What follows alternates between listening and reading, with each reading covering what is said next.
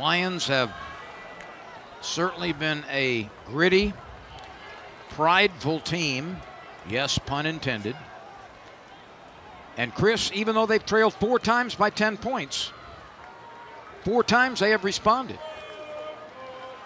Well, I have no doubt they are making a lot of people happy back in Hammond, regardless of the result tonight, given the effort.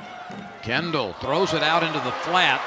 A safe reception, and now we've got a flag down and another one on the other side of the field.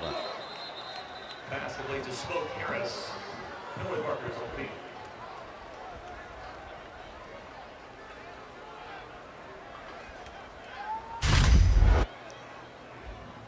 And try to track down where the penalty comes from. Smoke Harris on the reception. He turns upfield. The penalty was way back behind the play, perhaps on the other side of the far hash mark. Maybe we can see it from this angle as players get tied up. Not going to see it because it's 2 hash marks away right now. Lengthy discussion, critical call here with just over 2 minutes remaining. As Louisiana Tech, if the play stands, they'll be about an inch short of a first down. If not, a good spot may give them that fresh set of downs. One flag is dropped on the numerals nearest the Lions bench, and the other one is on the hash mark on that First side. and 5. Number 94, defense. Participated after his helmet came. A 50-yard penalty from the run. Automatic first down. That's Brendan Kelly, a sophomore from Franklinton. And that is a major penalty against the Lions. That's one of those rules to the game that may not be discussed regularly, not continuing to participate after your helmet comes off. I can't fault him too much for not knowing that rule. That's not been in place for that long. But unfortunately, it cost the Lions here. Fresh set for Louisiana Tech, and now have the opportunity to drain the rest of this clock, although the Lions still do have 2 timeouts remaining. Running play left side. Garner puts his head down. He gets back to the line of scrimmage and no more. At least at the NFL level, I'm remembering a play by Jason Witten where he lost his helmet and kept going for another 10 or 15 yards. At the collegiate level, I'm not positive when that came into play. But now, regardless of where you are, you lose your helmet, you can't keep playing.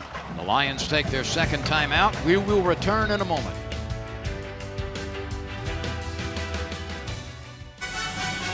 "103 seconds remain in a topsy-turvy back-and-forth game here in Ruston, Louisiana. With Chris Mycoskie, I'm Lyn Rollins. The Bulldogs have 2nd and 10 facing them. The Lions have 1 more timeout remaining. The Bulldogs have 3 to use should they need them. Austin Kendall, who has taken every snap in shotgun formation, wants the ball. He'll throw for it. He's rolling right. He's looking. And he throws it out of bounds. Well, this one, Lynn, has been just slightly more exciting than the first time these teams got together. I know you had the call of it, their first meeting back in 1938. There was a scoreless tie between the Lions and the Bulldogs. And tonight, they put up a total of 87 points and potentially more to come. 45-42.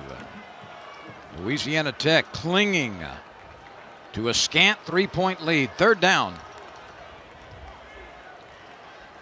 That incomplete pass stopped the clock at 1:36. Austin Kendall should have just taken a seat instead of throwing it away. Absolutely. And stayed in the field of play, and the clock would have been able to, Southeastern would have had to take another timeout. Yeah, that's a surprising occurrence from a veteran like Kendall. He would think he'd go into that play realizing no matter what, don't throw an incompletion. Do whatever you can. If it's an easy pass that you know that you can hit the target, run clock, fine.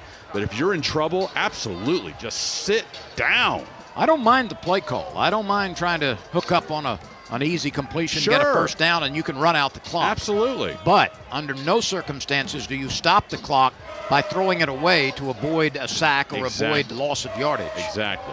Loss of yardage is just fine. The seconds coming off the clock, forcing the Lions to call a timeout, much more important. But now SLU is out of timeouts. 4th down, 12 to go coming up for Louisiana Tech. Minute 31 seconds remaining on the clock. Cole Kelly waiting on the Southeastern sideline, knowing that he will now have the opportunity to drive his Lions down the field. Cesar Barajas will be kicking it. Reeves Blankenship will snap it.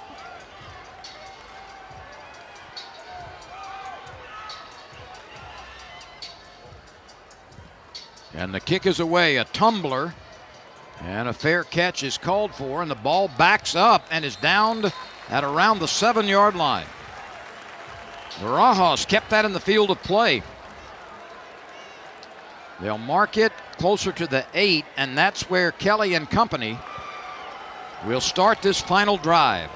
92 yards to cover, but he doesn't need it all. Just needs to get Southeastern into field goal range for a chance to tie this one.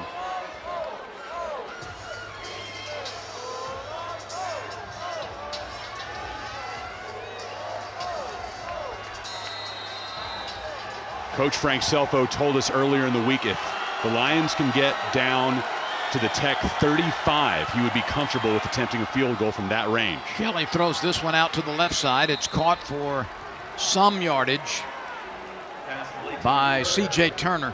So watch for that. That 35-yard line of Louisiana Tech. That is comfortable field goal range for Southeastern. Get to that line and they'll have an opportunity, a good one, to tie this game. 11-yard hookup to Turner. 1st and 10 from the 19. No timeouts for Southeastern with 75 seconds to go. Kelly looking, pressure, throws it incomplete, and that's okay if you're a Lions fan. Kelly could not afford to take a sack. Absolutely. And he was able to get it out over the jumble of humanity to dump it off incomplete. And I think at the last second there, he realized he needed to aim that one a little bit closer to the ground, trying to get it to his receiver. May have very easily ended up in the arms of Tyler Grubbs. 71 seconds to go. 2nd and 10 from the 19. The Lions need 3 to tie, 6 to win. Kelly lobbing it, and it is juggled, and it falls incomplete. The catch by Mitchell just came up a little bit short. He was battling for it as best he could, but could not reel it in on the sideline. 3rd down and 10 coming up. Southeastern Louisiana, the Vagabonds. They've been away from Hammond for a week and a half after that city took a direct hit from Hurricane Ida. It would be a feel-good story for everybody in that part of the state. But up here in North Louisiana, Louisiana Tech trying to shatter those dreams. Kelly retreats.